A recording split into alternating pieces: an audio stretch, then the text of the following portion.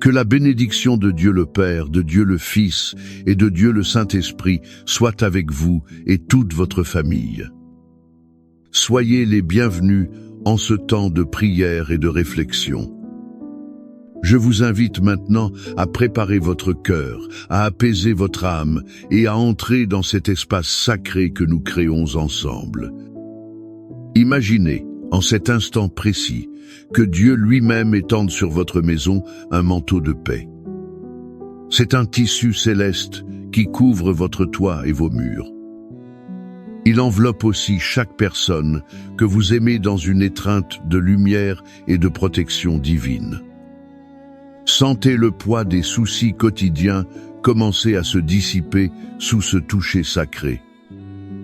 Dans chaque pièce de votre maison, dans chaque recoin de votre cœur, que la présence du Très-Haut se manifeste réelle et puissante. Que l'ange du Seigneur campe autour de votre foyer, gardant les entrées et les sorties. Il protège le sommeil de vos enfants, la santé de vos proches et l'harmonie de votre relation.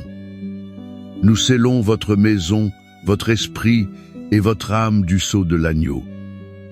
Ainsi, aucune force contraire ne pourra prévaloir. C'est un moment de refuge, une oasis au milieu du désert, un port sûr au cœur de la tempête. Respirez profondément et recevez cette bénédiction. En ce moment, nous nous levons avec foi et autorité, non par notre propre force. Nous nous levons par la puissance qui réside dans le nom de Jésus-Christ. C'est le nom qui est au-dessus de tout nom. Nous nous unissons comme une armée d'intercesseurs. Nous déclarons la guerre spirituelle contre tout ce qui se lève pour détruire la paix et l'unité de nos familles. Au nom de Jésus, nous nous positionnons contre l'esprit de division, de discorde et d'amertume. Nous ordonnons que toute racine de ressentiment, tout manque de pardon et toute parole de malédiction lancée sur nos foyers. Que tout cela soit maintenant arraché et jeté dans l'abîme. Nous brisons le pouvoir de toute dispute entre mari et femme. Nous brisons aussi toute rébellion dans le cœur des enfants et toute discorde entre frères et sœurs. Nous brisons les forteresses de l'incompréhension, de l'égoïsme et de l'orgueil. Ce sont celles qui empêchent l'amour de Dieu de circuler. Par le sang de Jésus, nous brisons toute malédiction de lignée. Nous brisons tout schéma de divorce, de dépendance, de maladie et de misère. Ce sont ceux qui tentent de se perpétuer dans nos générations. Nous proclamons que nos familles appartiennent au Seigneur. Nous déclarons que nos fils et nos filles sont l'héritage du Très-Haut. Ils sont créés pour la gloire de Dieu. Aucune arme forgée contre eux ne prospérera. Nous ordonnons à l'ennemi de lâcher prise sur nos finances. Qu'il lâche prise sur notre santé et sur notre avenir. Le sang de Jésus est notre protection, notre muraille de feu. Et sous cette onction de victoire, nous déclarons que la joie, la paix, l'amour et la prospérité du Seigneur sont notre portion. Ils le sont aujourd'hui et pour toujours. Maintenant, mes frères et sœurs bien-aimés, je vous invite à quitter le champ de bataille de la prière de guerre. Entrez dans le jardin tranquille de la méditation. Je veux que vous cheminiez avec moi à travers l'une des histoires les plus touchantes de toute l'Écriture. C'est une histoire qui révèle le cœur de notre Père Céleste. C'est l'histoire que l'on trouve dans l'Évangile de Luc, chapitre 15. Elle est connue sous le nom de parabole du Fils prodigue. Fermez les yeux, si vous le pouvez, et visualisez la scène. Il y avait un père, un homme bon et prospère, qui avait 2 fils. Le plus jeune, impatient et désireux de liberté, arrive chez son père. Il fait une demande qui sonnait presque comme une sentence de mort. « Père, Je veux ma part de l'héritage. Imaginez la douleur dans le cœur de ce père.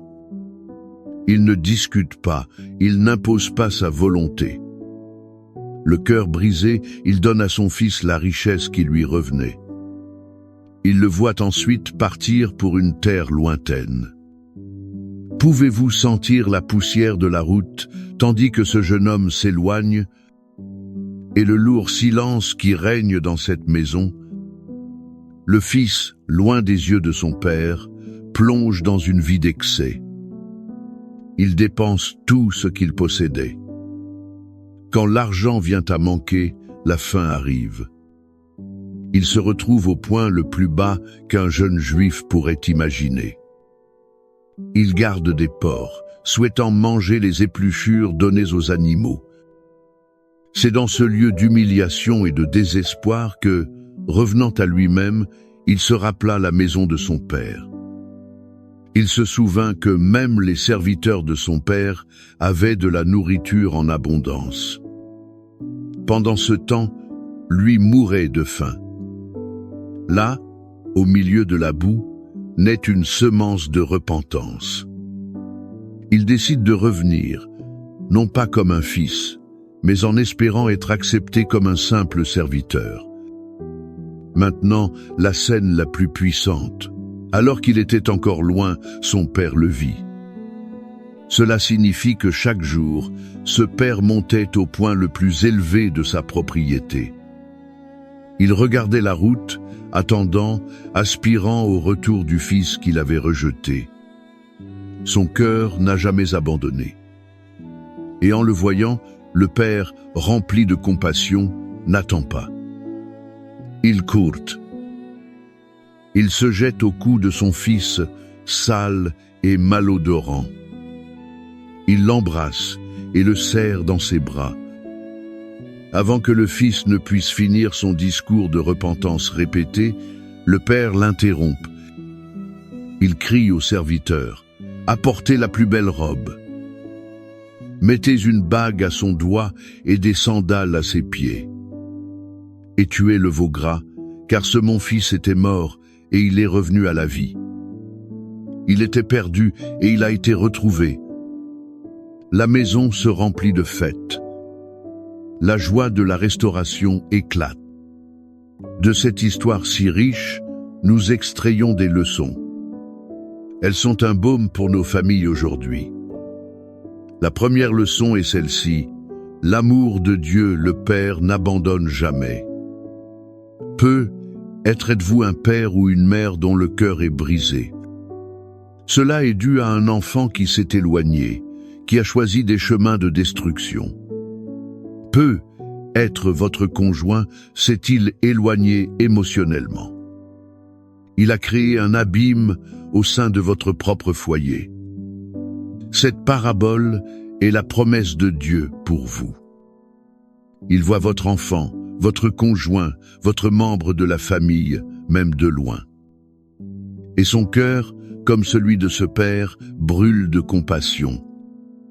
Il aspire aux retrouvailles. Ne perdez pas espoir. Continuez à regarder la route, continuez à prier. L'amour du Père est une force d'attraction irrésistible. La deuxième leçon est qu'il y a toujours un chemin de retour à la maison. Le fils prodigue n'a commencé son voyage de retour que lorsqu'il a reconnu son erreur et son besoin. Être qu'en écoutant ce message, le Saint-Esprit parle à votre cœur. Il vous parle de domaines où vous vous êtes éloigné. C'est être à cause de l'orgueil, de l'entêtement ou du manque de pardon. La bonne nouvelle est que la porte de la maison du Père n'est jamais fermée. Le repentir authentique est le premier pas sur le chemin. Il mène directement à une étreinte de pardon et de restauration. Y a-t-il quelqu'un dans votre famille que vous devez pardonner? Avez-vous agi comme le frère aîné, plein d'auto-justification et de ressentiment? Étiez-vous incapable de célébrer la restauration de quelqu'un? Rappelez-vous, La fête au ciel est pour le pécheur qui se repent. Elle est aussi pour la famille qui se réconcilie. La troisième et dernière leçon est le pouvoir de l'honneur. Il sert à restaurer l'identité. Le Père n'a pas traité son Fils comme un serviteur. Il l'a vêtu de la meilleure robe, lui rendant ainsi sa dignité. Il a mis une bague à son doigt. Cela restaurait son autorité et son identité de fils. Et il a chaussé ses pieds. C'était le signe d'un homme libre, pas d'un esclave. Dans nos familles, les mots de critique et d'accusation détruisent souvent l'identité. Ils détruisent aussi la dignité les uns des autres. Aujourd'hui, Dieu nous appelle à être comme ce Père. Nous devons prononcer des paroles d'honneur et de pardon. Nous devons couvrir la honte d'un manteau d'amour. Nous devons célébrer chaque pas de retour à la maison, aussi petit soit-il. Et cette promesse d'un Père qui protège et restaure n'est pas seulement une histoire. C'est une alliance scellée dans sa parole. Quand nous sentons que le monde extérieur est un endroit dangereux pour nos enfants et que les menaces semblent venir de tous les côtés, Dieu nous donne le psaume 91 comme un bouclier. Il est la forteresse où notre famille peut se réfugier. Et quand l'anxiété concernant l'avenir, la subsistance et la direction nous assaillent, il nous apaise. C'est avec la promesse du psaume 23 qu'il nous rappelle qu'il est notre bon berger. Et sous sa garde, rien ne nous manquera. C'est pourquoi je vous invite maintenant à fermer les yeux une fois de plus. N'écoutez pas seulement ces paroles, mais recevez-les. Appropriez-vous en. Placez votre famille sous chaque promesse contenue ici. C'est la parole de Dieu pour votre maison. Proclamons ensemble, avec foi, le psaume 91. Celui qui demeure sous l'abri du Très-Haut reposera à l'ombre du Tout-Puissant. Je dis à l'Éternel, mon refuge et ma forteresse, mon Dieu en qui je me confie. Car c'est lui qui te délivrera du filet de l'oiseleur, de la peste pernicieuse. Il te couvrira de ses plumes, et tu trouveras un refuge sous ses ailes. Sa fidélité est un bouclier et une cuirasse. Tu ne craindras ni les terreurs de la nuit, ni la flèche qui vole de jour, ni la peste qui marche dans les ténèbres, ni la contagion qui frappe en plein midi. 1000 tomberont à ton côté et 10 000 à ta droite.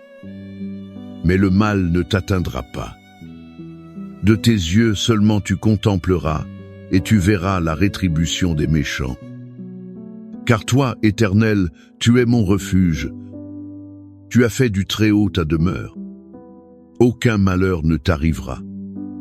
Aucune calamité n'approchera de ta tente. Car il ordonnera à ses anges de te garder dans toutes tes voies. Ils te porteront sur les mains, de peur que ton pied ne heurte une pierre. Tu marcheras sur le lion et sur l'aspic. Tu fouleras le lionceau et le dragon. Puisqu'il m'aime, je le délivrerai. Je le protégerai, car il connaît mon nom. Il m'invoquera, et je lui répondrai. Je serai avec lui dans la détresse. Je le délivrerai, et je le glorifierai. Je le rassasierai de longs jours, et je lui ferai voir mon salut. Père bien-aimé, au nom de Jésus, nous nous approchons de ton trône de grâce. Nous sommes couverts par les promesses de ta parole. Nous te remercions pour ton cœur de Père, qui attend, qui court et qui restaure. Maintenant, Seigneur, nous élevons à toi chaque famille qui écoute cette prière. Père, nous prions pour chaque enfant prodigue. Nous prions pour chaque fille qui s'est éloignée, ou Où qu'ils se trouvent, nous demandons que ton Saint-Esprit les atteigne, qu'il les amène à la repentance, comme tu l'as fait avec le fils de la parabole. Éveille en eux le désir arde de la maison. Éveille le désir ardent de ton amour. Et aux pères et mères qui attendent, donne-leur ta force, ta foi inébranlable.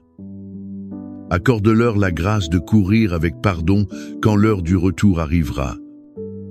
Seigneur, nous prions pour les mariages blessés. Là où il y a le silence, que le dialogue revienne. Là où il y a l'amertume, que le pardon coule. Là où il y a la distance, qu'il y ait la réconciliation. Restaure, Seigneur, l'alliance, l'amitié et l'amour.